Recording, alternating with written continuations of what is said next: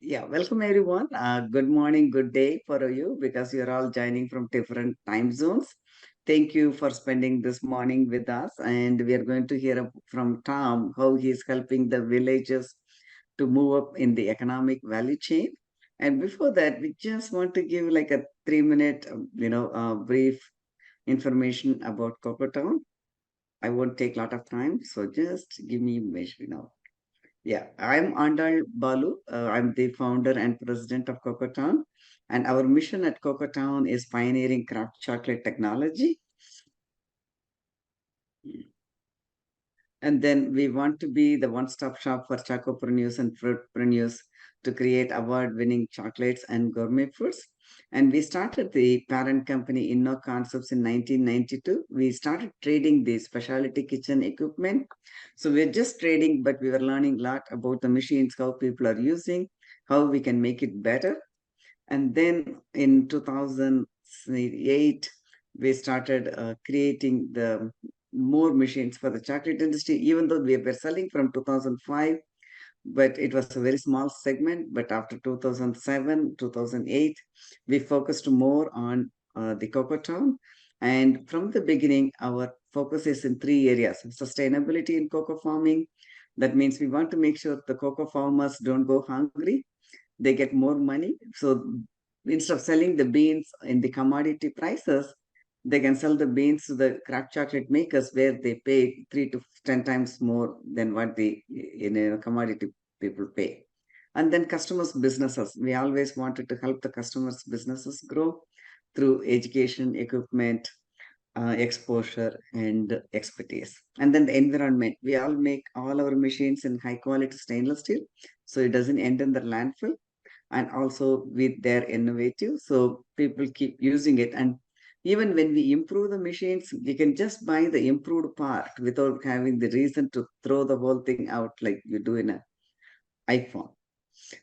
And then we have helped to enable and accelerate the bean to bar craft chocolate movement by making it accessible to anyone anywhere in the world with the minimum investment and minimum space required and basic knowledge or skills.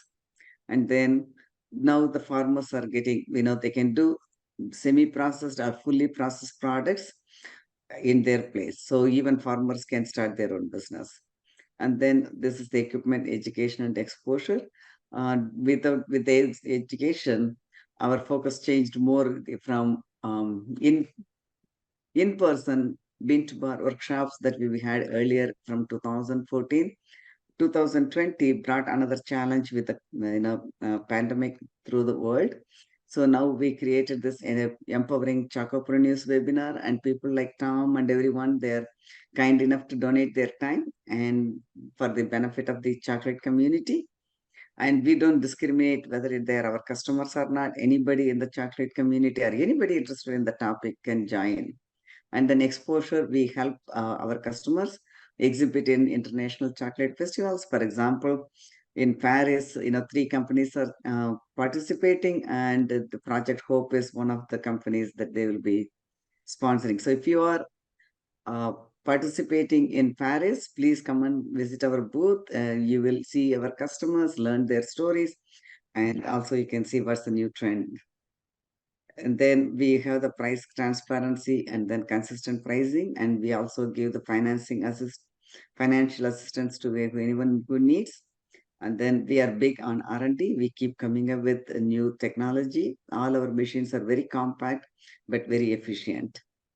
And then we have machines from half a kilo to 90 kilos. So we grow, with you.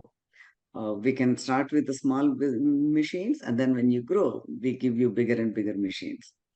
And then this is a small timeline. In 1992, we started the company, but we were selling few things before we could finalize what exactly we want to sell.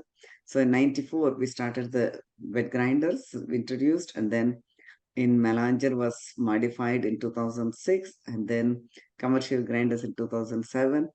And then we registered Cocotown as a separate subsidiary of Concepts in 2009. And then it talks about the rest of the how we added all the other products. And then I want to finish with the Loka Samasta Sukhino Bhavantu. It translates as may all beings everywhere in the universe be happy and free, and may the thoughts and words and actions of my own life contribute in some way to that happiness and freedom for all. Thank you. And then here is our contact information. You can contact us on the phone, WhatsApp, email, Skype, or you can fix a Zoom meeting with us through Calendly and our website everywhere. So thank you. With this, I will hand over it to Teresa. Thank you. Thank you very much. Okay, so I'm being tasked with a little bit of housekeeping. What I'd like to tell you is that this webinar is being recorded. You'll receive a link to view the recording at a later date. Also, if you have a question as the presentation is in progress, please feel free to put it in the chat. That serves two purposes. It gives us a written record of the questions, and then we may interrupt Tom with a question during the presentation, but also at the end of the presentation, we'll have some time to deep dive into your questions and get the answers for you. Okay, so with that, what I'd like to do real quick is take a moment to say thank you, Tom, for joining us today and for volunteering your talent, your knowledge with our audience. And then wanted to ask you one quick question just to get to know you a little bit before we dive in.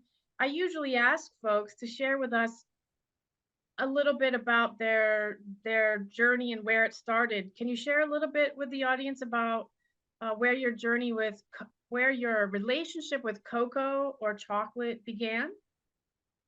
Sure. Well, my relationship with chocolate began with food in general. I worked in France for 3 years in different restaurants and bakeries, and had my own bakery in Texas and restaurant in Texas. And then I established a bakery and a restaurant in California and a chocolate store. But the chocolate part really came about because in my family, our relatives in Germany sent us a care package of chocolate at Christmas every year for my entire youth. So I really got to taste what good chocolate tasted like compared to what we were buying in the supermarket in Detroit, where I grew up. And so that stuck with me. And so anytime I met anybody who knew anything about chocolate, my interest was very piqued. So that's how I got to. And of course, chocolate is a lovely food. It's second only to anchovies, as I like to say. So I love chocolate and anchovies, but not together. I think there are some makers that do a chocolate and umami fish related, maybe Om Nom or one of those folks do make one that combines those flavors. I know that, with insects would be a good one because they don't taste fishy, but anchovies, of course, are extremely salty and fishy. But yeah, but protein and umami, yes, goes well because there's a lot of umami in chocolate because it's fermented. So okay, wonderful. Okay, well, thank you for that. The answer to your question, it always amazes me. Most of us have our relationship starts in a lot of us, it starts in childhood. Yes. Whether that's good or bad, in the US, it's not always good because we start with, sort of what Mrs. Balu calls junk chocolate. Okay, so with that, I will turn the presentation over to you. And okay. I will put on my screen sharing hat. Great. Okay, well, the title of my talk is Moving Up the Value Chain. I started going to West Africa in 2003. I taught a class at the university in food and culture. For a long time, the question kept bugging me, and being an American and therefore not getting a lot of history in school, I didn't really understand the importance of the colonial period, whereas anybody from Europe has been very much immersed in the colonial period.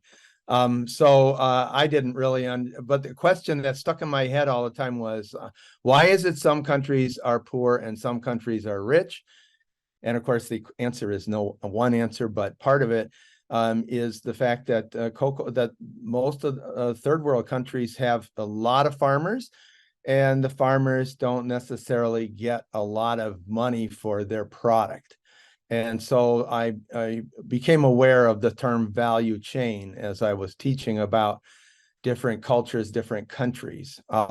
So I've come to the point, I started Project Hope and Fairness in 2006. We started by just bringing tools to villages in Ivory Coast, Ghana, and Cameroon, because I was interested in Africa, because West Africa produces approximately 80% of all the cocoa beans in the world. Ivory Coast is around 40%, Ghana is around 23%, Nigeria is about 5%, Cameroon's about 5%, and then now the Congo is coming up. And anyway, so I know a bit about, you know, how it started in West Africa. But over time, since that time when I started Project Hope and Fairness in 2006, I came to appreciate that somehow we need to figure out how to help the cocoa farmers make more money. And so I came up with this idea of chocolat des villages, or village chocolates, and the idea of producing in the village. 2 days ago, the New York Times ran an article about Fair Afrique, which is based in Ghana. And it's a pretty large company now, but it pays a much better price. But and it's made in Ghana, so it's using Ghanaian labor. So that's all good. And of course, other things that go into the chocolate are coming from Ghana. So that's good. But it's not made in the villages. So that's what really differentiates us, is that I wanted to explore the idea of manufacturing in the village. So these three labels down here, I'm going to be selling these bars at the Salon du Chocolat in Paris at the end of this month.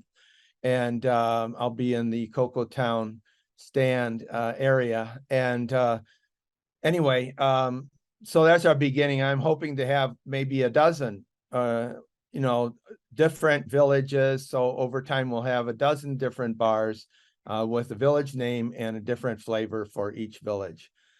Okay, next slide, please. Okay, there we go. All right, so just a very brief thing. Being an academic, I like to start with history. And I'm just going to say something very briefly about it. Agriculture started maybe about 5,000 years ago, maybe longer, but from the very beginning, agriculture sort of differentiated between those who were growing and those who added value. And so you had the rural people who were growing the product, and then the urban people who were processing it and packaging it and selling it. So cocoa very much mirrors that basic division of agriculture into two divisions, rural versus urban. And always the rural got the short end of the stick, got the least amount of money, and the urban who added the value got more. The colonial period, as most people in former colonies know all about, the cocoa farmers were mainly commodity producers, so they were getting a very small portion of the total retail dollar. In about the 1960s, that's beginning of the post-colonial period, you still had the same unfairness because instead of having countries being run by the colonial powers, you had big corporations taking over for where the countries were. So you have rise of corporate chocolate, but still the cocoa farmers are stuck in the same place as mere commodity producers, with relatively little effort on the part of the corporations to really make a valuable product. So, one of the things that made it possible to make a palatable chocolate was the addition of vanilla. So if you didn't do a very good job fermenting the beans because nobody really told you how to ferment the beans or communicated to the customers. The corporations didn't communicate how they wanted the beans to ferment it. They just added vanilla, which sort of like washes things out, washes out the flavors that are undesirable, that are caused by bad fermentation practices. But now we've done a lot of research on fermentation technologies. You're starting to see all throughout South America and Central America, and also in the Caribbean, box fermentation, which has added quite a value to the cocoa bean, because you're basically getting a much better flavor, and you're not hiding the flavor with vanilla. Or the other way of hiding bad flavors is by roasting a little darker, and that way people don't know what flavors are being hidden. But with Village Chocolate, then the cocoa farmers form cooperatives and become manufacturers themselves. Not the farmers necessarily, because they don't have the time, but other members of their family or other members of the village community. In West Africa, in the countries I've been in, the 3 countries that I've been in, cocoa in Ivory Coast, Ghana, and Cameroon, there are, in a village, pretty much all the men grow cocoa, and then they might have 11 other crops. And women often will be doing like rice. So we got started in Project Hope and Fairness with rice hulling. So both 2 of the 2 villages that we are working with, 2 of the 3, mill their own rice, hull their own rice. So before that, women had to pound rice every single day of their lives, at least 1 hour to 2 hours a day. And by making a machine available every few weeks, they could take it in and have it milled. So that's how I got started in the village of Depa. We made a rice milling place, and then I put a tiny chocolate room in it. And that's how we got into the chocolate. So that's how I really got started. Next slide, please. Now, I talked about the cocoa value chain, and the definition, as I looked it up, the process or activities by which a company adds value to an article, including production, marketing, and after-sales service. So I sort of, in my typical academic wanting to categorize things way, put in 3 categories. Categories number 1 being the bottom of the value chain. Of course, it's at the top on this screen, but it's number 1. And that's when you look at bean to bar, a lot of bean to bar tool business is about companies or nonprofits acting as intercedents between the farmer and the chocolate producer. And actually, so that and there is now a much greater appreciation of the importance of fermentation to add a fruity flavor, to not hide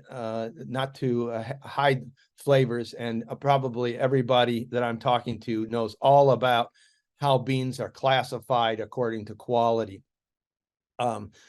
Anyway, one way of adding value is simply to use special beans. For example, you might have some sort of, say, a porcelana from Venezuela, or you might have a Nacional from Ecuador. There's different beans whose names carry a lot of weight in terms of value, because those beans are famous for their flavors. And the bean in West Africa is often called amelonado, which is a Portuguese word, which means, I believe, I forget what it means. Like almonds, that is what it means. And it was introduced to West Africa through the island of Sao Tome and Sao Tome, Principe, islands off of Nigeria in the Gulf. And those beans are what are also called in South America, Central America, forasteros. And they sort of produce a very chocolatey flavor if they're properly roasted and fermented and roasted. But the other beans, many of the others, like the Trinitarios or the Criollos, there's a certain fruitiness, which is becoming much more desired.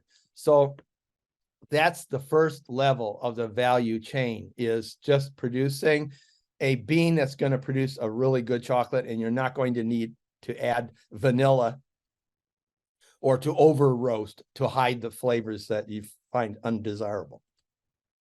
The second level of the cocoa value chain, and there's a 2 in front of each of them, is the bean itself. So this picture that I found on the web shows whole beans that have been peeled. So that's one way of adding value. In Côte d'Ivoire, in Ivory Coast, they're really discouraging just the sales of unpeeled whole cocoa beans. And so it's a lot easier to export a peeled whole cocoa bean than an unpeeled, according to people I've talked to. So that's what that is. And I buy peeled whole cocoa beans, which I cook in a sugar syrup, and then I enrobe it in chocolate and cocoa powder. And so those are peeled whole cocoa beans. So that's a second level of adding value to the cocoa beans. Then, of course, after you've peeled them, or you can actually take the unpeeled and crack them and then winnow them and pull the peel off, and you get cocoa nibs, which are the pieces. And you can just sell cocoa nibs, which of course are the where you start to make chocolate with the nibs. But you can also sell nibs and use them. For example, you can candy nibs and use them as salads, like you do with walnuts, candying walnuts. And you can also add candied nibs to the top of a roast. And I make a candy called nougatine, which in France, traditionally a nougatine, which is made with caramel. And I'll show you a picture of nougatine later. You just heat up, you make caramel, and then you stir in hot cocoa nibs. And then you cut it, and I dip it in chocolate. And that's nougatine, which in France is traditionally made with almonds. Another semi-finished product that is cocoa liquor. If you take the whole cocoa, that is what the French call pâte de cacao, the 100% non-sweetened chocolate, and you press that, you'll extract cocoa butter and cocoa powder, and that pâte de cacao is also called cocoa liquor. It has nothing to do with alcohol. So there's not really a very good English name other than unsweetened chocolate. So you can call it that. In France, we call it pâte de cacao. In Germany, they call it cacao masa. But it's basically 100% chocolate, nothing added. So that would be a second part of that middle part of the value chain of adding value. So you've ground it, but maybe you haven't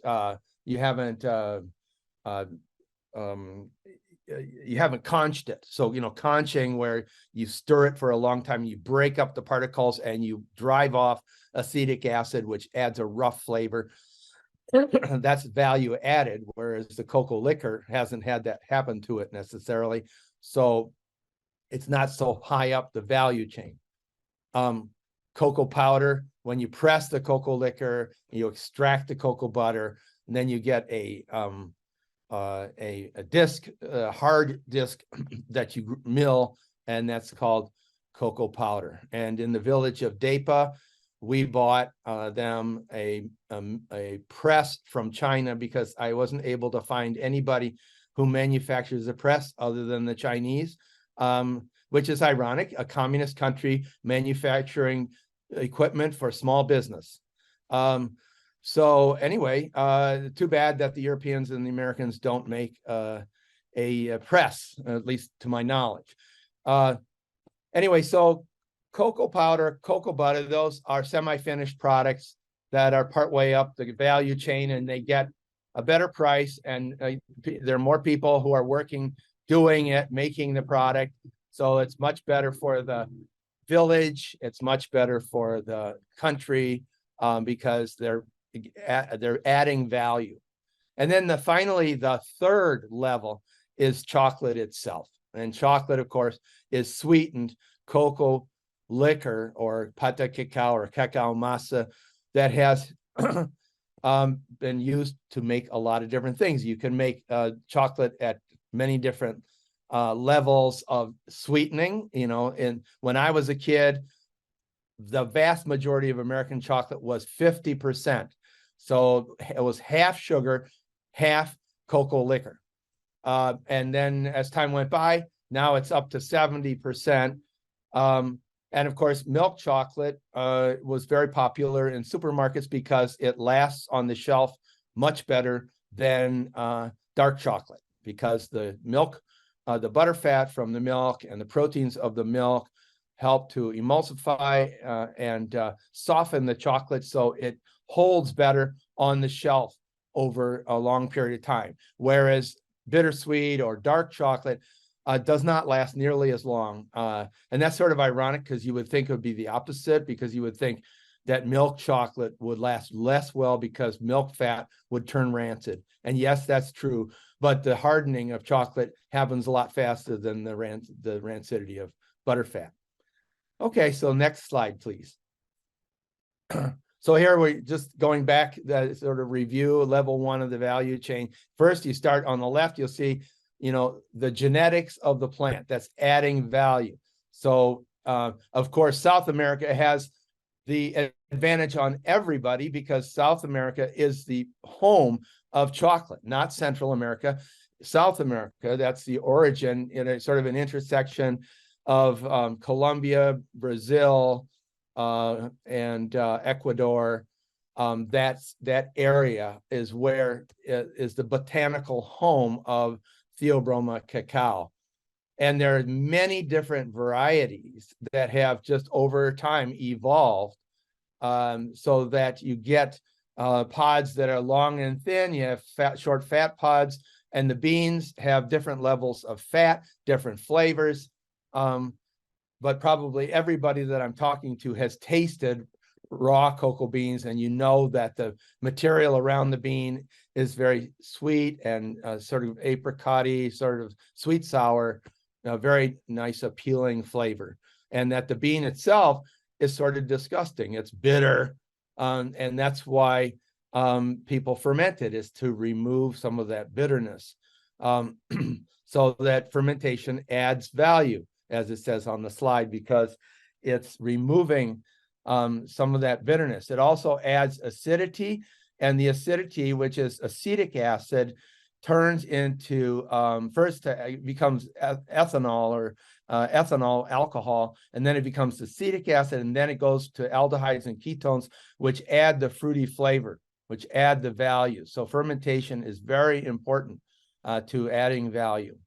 But the cocoa farmer typically receives 4 to 5% of retail price. So if you're selling a bar for, say, $3, then if you get 4% of $3, then that's about 12 cents. So it's not a whole lot of money. So that's why it's better for the farmers to go up the value chain.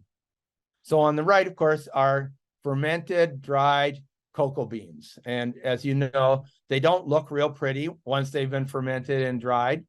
But once you take that skin off, they have a really wonderful aroma and flavor. Okay, next slide, please. So then we come to level 2, which I already talked about. So pretty much we've gone through all that.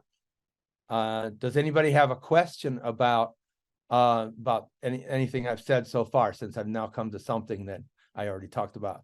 So we go to level 3. And of course, as I mentioned, you know, you have all kinds of levels of chocolate. So if it's 90%, it's 90% cocoa liquor, or pata cacao, or cocoa cacao masa is 90% and 10% sugar. And of course, there are other things added. You can add lecithin, which makes the chocolate shinier and last longer on the shelf. You can add vanilla. Of course, some companies add vanillin because, as you probably know, originally vanilla was mostly from Mexico, but they got into the tourist business that ended the vanilla business. And then it all ended up in Madagascar, but then they had a civil war plus a couple hurricanes. And so the price of vanilla tripled, I remember, in 1 year. So a lot of companies, even pretty high-end companies, use vanillin, which is the flavor from vanilla. You know, if you think of vanilla as having over 100 compounds that add to its flavor, one of them is vanillin, ethyl vanillin usually. But that's what they call the informing compound that gives you the flavor of vanilla. If the one thing that you get in a vanilla bean that smells like vanilla is vanillin, and you can make vanillin in a vat, chemically. You don't need to have a plant making it, and you'll get the identical product with the identical flavor.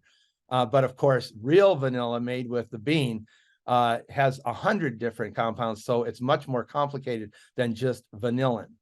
Anyway, it's still used, vanilla, and it has magical properties. But it's not necessary. And really, if you really care about the flavor of chocolate, number one, ferment the beans correctly and then make the chocolate correctly.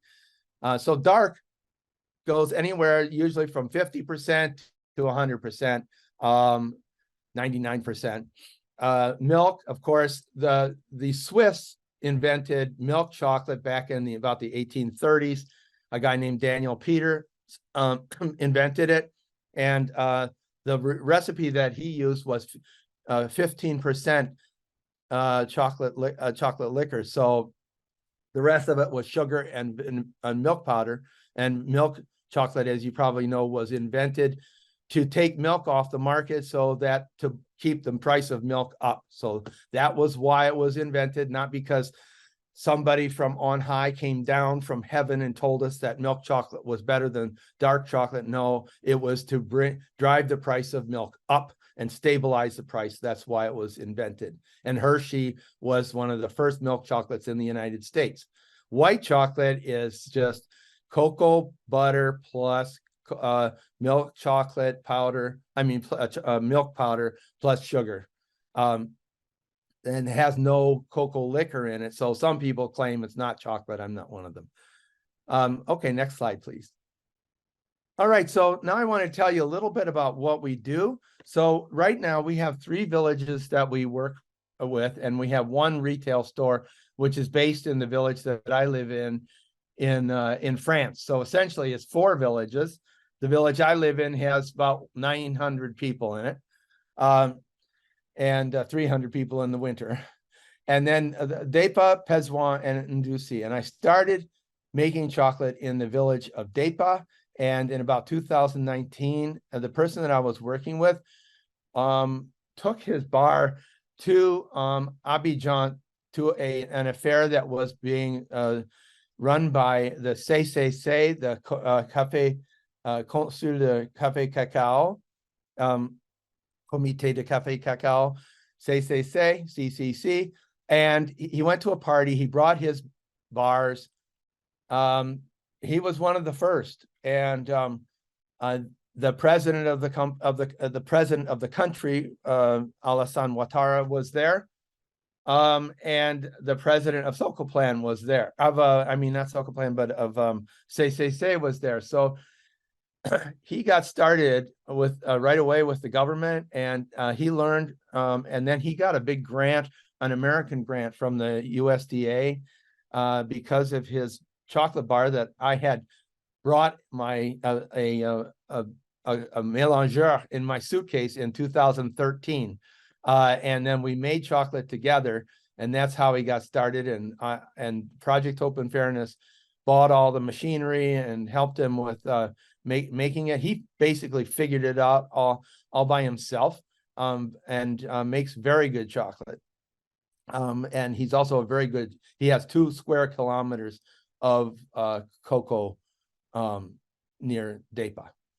Anyway, he established in 2019 SOCO plan, which is Société Coopérative des Planteurs. So that's the name of the cooperative. And there's approximately 300 members. And of course, their plan, traditionally, most cooperatives, what they do is they just sell beans. They buy and sell beans. But this is a manufacturing cooperative, so it's making chocolate. And he started by making bars and making discs, and he would go to soccer games, football games, and sell discs of chocolate. He sold chocolate to the police. He sold chocolate to schools. If a child did well on their essay or their test, they got a piece of chocolate. And he sold chocolate to doctors because the belief was that chocolate was good for your health. And so anyway, that's how he got started. And that was back in about 2019. And now this week they're at Sara, which is a big event in Abidjan. They're at a booth showing off their products. So Deipa manufactures quite a bit of chocolate now, in the tens of thousands of bars per year. And they also make cocoa powder, and they make cocoa butter. And I'll talk more about that when we get to the pictures. Pezoin is a much smaller operation. It just formed its cooperative last year. It's called SCAP, Société Coopérative Agricole de Pezoin. And it's a young man who's about 28, who's the president of the cooperative. And I taught him how to make chocolate online using WhatsApp, and sent him videos and PDFs of how-tos on how to candy orange peels, how to candy pineapple, etc., and to use locally grown products, village products, ginger being one, and sesame, another one, all going into the chocolate bar. And I'll show you pictures of those bars. And then the third one, which we started only last June, so they're very new. They're called, the cooperatives, actually, there are 4 of them, but the cooperative that's in charge of the whole thing is basically a nonprofit called ONG ASCAF. And I knew him since 2005 because he ran a school for orphans. And I was very interested in the whole problem with child slavery and worst forms of child labor, which was a big problem and still is in Ivory Coast and Ghana. And everybody's trying to fight that. Anyway, he was very devoted to finding alternatives for orphans to than just working for virtually nothing in the chocolate business. So anyway, now we have a factory in Ndusi, and that factory is in a rented house that's going to be a center for education, so that when we establish other chocolate factories, they can go to Ndusi and bone up on anything maybe that they missed. Because when I go there, I only have 1 week and don't have a lot of time to really work with people. So Ndusi will be our center, which Ndusi is found about an hour and a half north of Abidjan. Abidjan is the New York City of Ivory Coast. It's about 2 million people. It's right on the ocean. It's a big port. And Ndusi is about an hour and a half inland from Abidjan. Next slide, please. Okay, so here's some pictures of products from Deipa. Last year, about this time, David asked me if I wanted to be with him he was invited by the CCC, the Conseil de Café Cacao, which runs the entire chocolate and coffee business in Ivory Coast. So in other words, if the CCC, which is a 20-story building, runs a business that is the largest chocolate producing business in the world, 40% of the world's cocoa beans. And the Ivorian government has made it very plain that is not business as usual. They do not want the colonial model anymore. They want to value added. They want at least peeled beans or nibs to leave the country, not unprocessed beans. So I was invited to be part of the Ivorian booth at the Salon du Chocolat in Paris last year, and David sold his products and I sold mine, and when he was gone, I sold his and as well as mine, and etc. This is just an idea on the right, the production from May.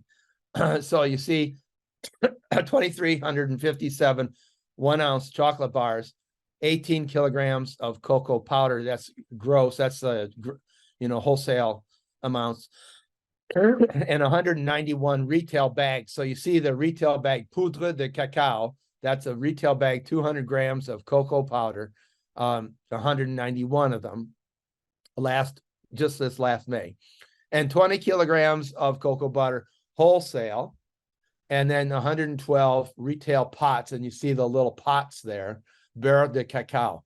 And right now, when you open one of those little pots and you stick your nose in there, it's a very nice aroma. So like I've smelled a lot of cocoa butter made by a lot of different big companies, and it smells like smelling old church candles. They don't smell good. It's not good stuff.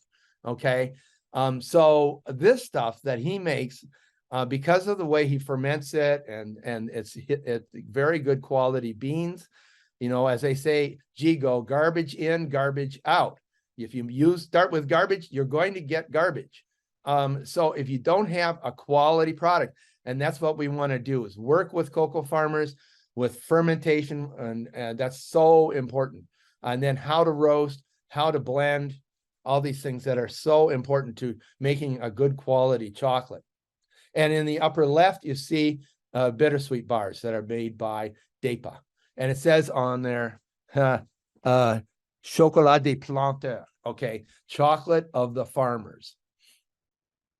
So when we were at the Ivorian booth last summer, this time last year, in October, David was really the only one in the entire booth who was making his own chocolate, and was also the only cocoa farmer in the booth. Everybody else was in the big city buying product that had already been manufactured, and then making it in nice molds and making it look pretty and packaging it real nicely, but not really producing it in the village. So this idea of village chocolates is a very unique idea.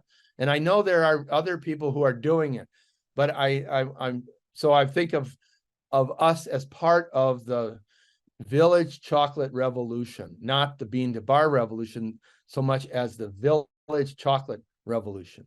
Next slide, please. So here's some pictures of DEPA. We were just there last June, starting the Indusi business. And so we stopped by DEPA and spent a day with them. And here is one of the members of our board looking at the beans in the warehouse, beans ready to roast. And here, right below that, is the roaster, which is made by a company in Ivory Coast. So we try to buy machines that are locally made, but unfortunately, we haven't found anything other than roasters. So that's what we've been getting, is roasters locally. The winnower and a cracker winnower there in the middle, Vanneur Cracker. I guess I mixed French and English. Some of these are in English and some are in French. So it's a cracker winnower we bought from Cocoa Town. And then to the right is another Cocoa Town product on the floor. That's a mélangeur, and that was the ABI 50. That was the first of the big ones that we bought. Yeah. Okay, next slide, please. Okay, so then here's some, on the left is the press that we bought from China. And that's still working fine. We had some problems with it in that it wasn't properly packaged for shipment. So when it arrived, there were parts of it that had broken. So we had to, fortunately, they worked very fast with us and they sent us replacement parts really fast. So some of the electronics that are fragile broke, but we were able to, didn't need to, you know, find somebody, a real expert to fix it. It was fairly easy to replace. So I was a little worried about that because when you're in a village 5 hours from the big city, and you want to find an expert, that can be a little bit worrisome. And of course, I'm exaggerating. It's not more than, it's a lot more than a little bit. There's a grinder that also came from the Chinese. We bought another grinder for them, but they went and bought a grinder from a local Chinese businessman. And it turned out to be even better than the one we had bought. So they made their own decision and they came up with a better machine. So that's good. And then on the right, that's David. He is the first person to work with me on making chocolate. So he, you know, started in 2013. He and I made the first batch and we took discs around to different villages and got everybody all excited about the whole idea of manufacturing, because the farmers know that they're not getting a good price, and 4% to 5%, they are not happy with that. And they're glad that finally their government has realized how important it is to help the farmer get up the value chain. So of course, cocoa butter is part way up in level number 2. So there's a big blob of cocoa butter. And it's very yellow because it's full of pigments and it has a very nice aromatic component. It doesn't smell like rancid candles. It smells like cocoa, fresh cocoa. It's or roasted cocoa. It's a very nice aroma. Next slide, please. Okay, so that was DEPA. I didn't show you a picture of, I showed you the grinder, yes. So Pezoin has a much smaller operation, and we're still working on, he doesn't have his own chocolate making machinery. He buys chocolate from DEPA and then he's making bars, but I got him into making a filled bar. So these are filled bars that have fudge on the inside. So as you may know, fudge is soft. So when you bite into the bar, it isn't hard because you don't want a thick bar that's solid chocolate because you'll break your teeth. It's not fun to eat something like that. So we fill it with a fudge, which is like the French call a ganache, except that fudge, the recipe I use, uses condensed milk because Ivory Coast has no dairy industry. You know, cows don't survive there. They die of sleeping sickness. So it was never a good idea to be raising cows. So they buy condensed milk. Okay, so the fudge we make is from condensed milk. And also we use a margarine instead of butter because you know, it's hot. It's the tropics. And unless you keep it really cool, the butter will go rancid. So whereas the margarine will not. And also margarine is like 1/10 the price. So it also keeps your price, your cost down. So Chocolat Naturel de Pezoin, natural chocolate of Pezoin. And there you see the flavor cacahuète, which means peanuts, cafe, and they use their own peanuts from the village. And I taught them how to grind peanuts into, and no ingredients added. You know, look at most supermarket peanut butter has all kinds of stuff added. It just has peanuts. They're ground. It makes peanut butter, and then they add whole peanuts or peanut halves in there so that you get cream and crunch at the same time.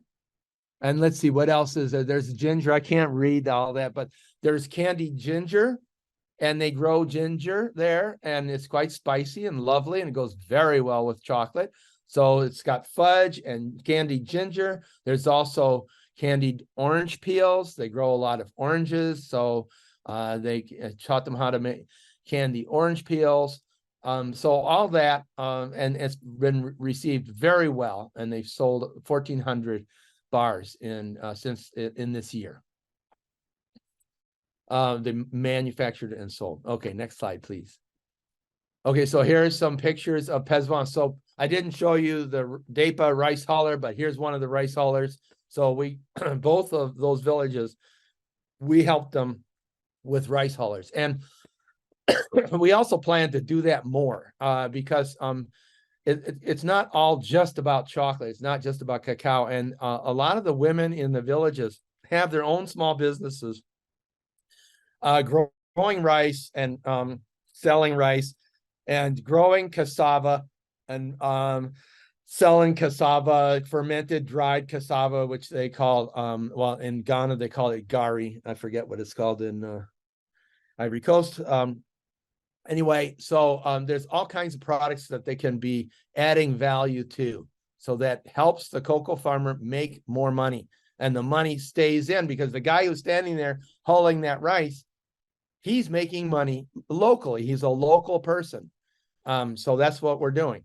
And the rest of these slides are making those bars. So here on the extreme left is one of Servando's people who works with him on the committee of SCAP, of the cooperative, and he's showing us how to fill the bars. And then you turn them over and you vibrate the chocolate back out, and then you refrigerate it, chill it. We made our own chilling room, which is just a big room with and a big air conditioner in it.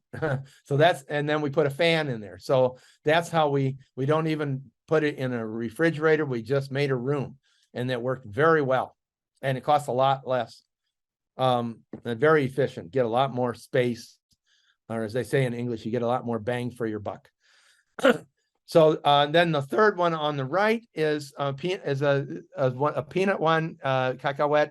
So you see the peanut butter that they made themselves from the peanuts, very easy, and then put peanuts on top of that and left a good 2 millimeters on top so that you can fill that with chocolate to make the bottom of the bar.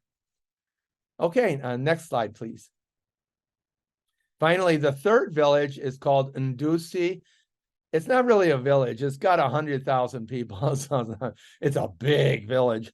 But there are 4 cooperatives that are working with them, and they're developing all kinds of wrappers themselves and experimenting to find their own ways, because we try not to be too heavy-handed as far as how you should do something, because everybody has to find their own pathway. We can help you with why your chocolate sticks to the mold, or we can help you with getting the right price point so you don't lose money.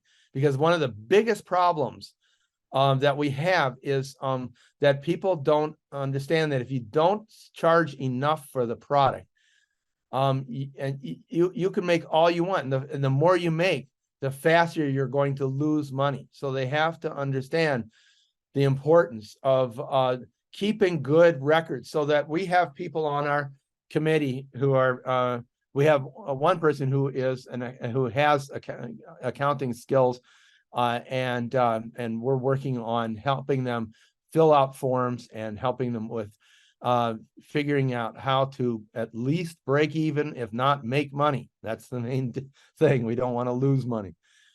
Next slide, please. So here's some pictures from Ndusi. There's another roaster, and they're just dropping the unroasted beans into the top, and then it comes out, they open the door and it comes out into this cooling area. So that's a locally made machine. The one in the middle is another Cracker-Venner, a cracker winnower from Cocoa Town. And then the one on the right is a mélangeur from Cocoa Town. And this does about 100 pounds maximum. So So it's a much bigger machine than anything we've worked with before. And one of the problems that we experience is that the current goes off. So you might be running chocolate for, 48 hours or 32 hours. And then, and you go home and you leave the machine running. And then when you come back the next day, the machine is off. Fortunately, it's the tropics, so the chocolate does not set up inside. But it's very annoying when that happens. And that happens because we really haven't, what we need to do is eventually get to the point that we have some sort of probably a diesel generator that kicks in or a set of batteries. The diesel generator is $2,000. The batteries is probably in the tens of thousands of dollars. So right now, it's still the generator is the way to go. We haven't done that yet, but we will have to do that because it's really an annoying thing when it turns off. Next slide, please. And here's three more slides of Indusia. I was showing them, we tilted the machine forward and delivered the chocolate into a bowl. And then we got the vibrator going. I only did 3 out of the 6 because I was just demonstrating. And vibrating the air out so that you don't have unsightly air bubbles on the surface of your chocolate bar.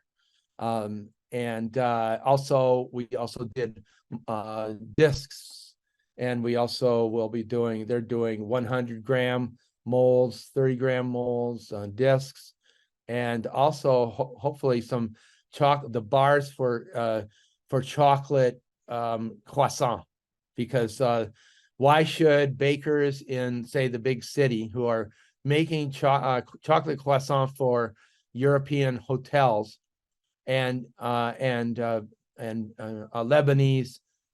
bakeries, because Lebanese bakeries sell French products, and of course croissant is actually Austrian, but it's anyway, there's a big demand for chocolate croissant. And why should you buy chocolate croissant that were made from beans that came from Ivory Coast to begin with? Then it went all the way to France, got made into a little bâtonnet to go inside your chocolate croissant, and then shipped all the way back. Why should you do that when you could be making it yourself and making a very decent product? Okay, next slide, please. Okay, so I live in a little village in France called Cordes-sur-Ciel. And I wanted to do a French nonprofit because I couldn't do business as an American nonprofit here because I couldn't get insurance, I couldn't rent, I couldn't do anything. I had to be a French business. So I established an association but non lucratif, a nonprofit. And then I tried selling product wholesale. And so I went to the nearest big city and I went to all these restaurants and supermarkets.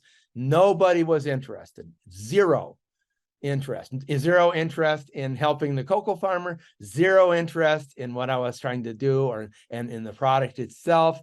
So I discovered that wholesale is not so easy. And I found out really that you really should start retail, establish a brand, and then go wholesale. Because if people don't know who you are, there's huge resistance to trying new things. That's just the way human beings are. Huge resistance to trying new things. And I've owned restaurants, I've owned several bakeries, I've owned several chocolate businesses over the years. And it's always the same story. How do you combat resistance to buying? So anyway, we established this little retail store in the village of Côte d'Ivoire. And I've got pictures up on all the walls of cocoa farmers in West Africa. I'm showing all the stuff that we're doing. I write up brochures that describe our latest mission, what we got done. I tell people and trying to get people interested in the whole idea of the value chain and helping the cocoa farmer. I tell them, for example, on the right here, there's hot chocolate. Okay, so the French do like hot chocolate. I do not put any vanilla in it. It's simply the cocoa powder from Depa, and with organic sugar in milk, or I could also do it in water to make chocolato. Anyway, I haven't gotten to that yet because actually there's a lot of resistance, as I said, to new things, especially in a small town in the countryside. On the left is mocha glacé, so that's chocolate and coffee, hot chocolate and coffee and ice cubes and whipped cream on top for the hot days. And of course, with global warming, we'll be selling a lot of that. And then we also, next slide, please. So these are some of the pastries. So we have a whole line of chocolates. I'll show you those. And these are some of the pastries I make. I make brownies. So the French know brownies. So there's no resistance to buying brownies because they know about what brownies are. Those brownies use the cocoa powder that we get from Depa. They're not chocolate brownies. They're the cocoa powder brownies. They're quite nice flavored. And what I tell my customers is that this cocoa powder is not Dutched.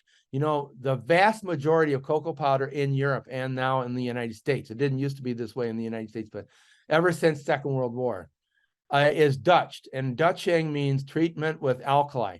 When you treat cocoa powder with alkali, you remove most of the flavor and you remove most of the nutrients. So you basically remove the two best things about it, except the color. You actually enhance the color. So that's why everybody Dutches, because it adds a dark color instead of sort of a tan color. You get a dark, rich brown color, but you've lost the flavor and you've lost the nutrients, especially the antioxidants that are beneficial, that drop blood pressure. You lose them completely by Dutching. So I tell people it's not Dutched. So it's got all the nutrients and the flavor. It's got lots of floral and fruity flavors that normal chocolate does not have. Most cocoa, when you buy it, it's got an intense sort of a soapy flavor because you have saponified the fat with alkali. So you basically made chocolate soap, which is what saponification does. On the right are mendiants, which means beggars. And that's just a typical local product, so people are used to seeing that. Down below on the right are Dutch cookies that have been dipped in dark chocolate and white chocolate. The white chocolate is the only one that we don't make at this point, so that's something I have to buy. And those cookies are very spicy. I can't remember the name of them right now. In the middle are palmier. That's the queen of French pastries. Okay, so that is quintessentially French. It's basically puff pastry. I make it with butter, butter puff pastry that's rolled in organic sugar. Has no chocolate at all. It's one of my few non-chocolate items. On the left is a nougatine, and that's you melt the organic sugar. And once it becomes molten, you add crushed, heated cocoa nibs and stir that in, and then roll it out and cut it into triangles, and then dip that in chocolate. So you get this creamy, crunchy chocolate on chocolate flavor. It's quite complex, and I think it's one of our best products. And nobody else does it. I've never seen anybody do it. So I say, hey, I'm glad to add something to the culinary world.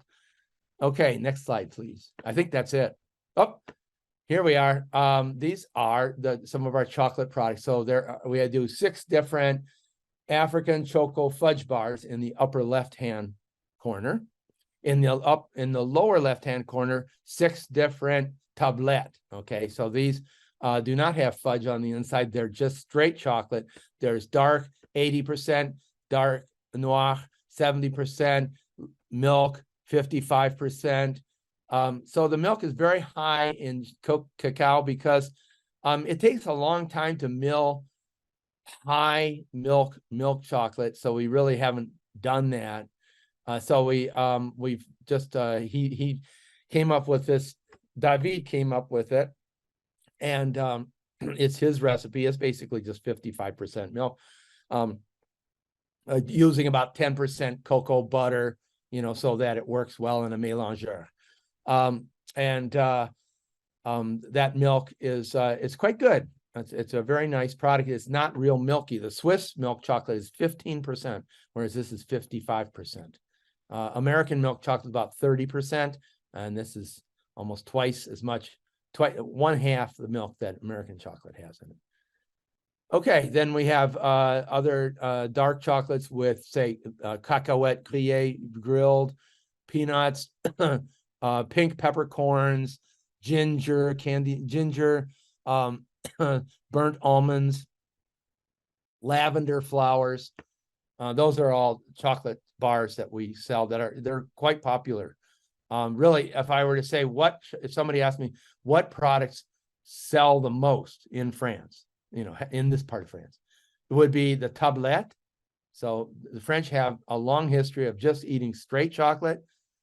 And the truffles, they buy the truffles as gifts to take to someone else. So personally, they prefer to eat a tablette as opposed to a bar. The fèves de cacao confit on the lower right-hand side, those are the whole cocoa beans that are boiled in sugar syrup, and then once it crystallizes, then rubbed to knock them apart, and then toss them with chocolate and then cocoa powder. And also I do two different flavors. I do cardamom and ginger, powdered ginger. And of course, the British always buy the ginger, because the British we have lots of British tourists. So the British always buy ginger, and the Swedes buy cardamom, because the Swedes, like the Indians, use a lot of cardamom. And then in the middle, lower middle, we have cocoa powder mix, cocoa mix. That's boisson cacao chaude, hot chocolate mix, and cacao en poudre, straight cacao. And then éclat are the nibs. And then up top are the truffles. I also sell them in boxes, very attractive boxes. And also the penuche are something Italian, which doesn't sell well here, but I'm just holding on to it because I made a bunch, and I'm just holding on to it and see what happens to it, because it's really quite good. It's just that people don't know it. And you have to really sample things out to break down the barrier to not knowing a product. Next slide, please. Okay, well, that's the end of my talk. My name is Tom Newhouse. I'm the CEO of Project Hope and Fairness, and my email address is tom@projecthopeandfairness.org. My French one is espoir équité, hope fairness.fr, which is mostly you can look at our products on that and read about what we do. And then the Project Hope and Fairness. Oh, I didn't put Project Hope and Fairness's website. It's just it's www.projecthopeandfairness.org. That's what it is. So that's the Project Hope and Fairness web address. So the American one will tell you all about what we do and what we've been doing for a very long time. And the Espoir Équité is more along the line of what we're trying to do here in France. Okay, well, that's the end of my talk, and looking forward to hearing from you.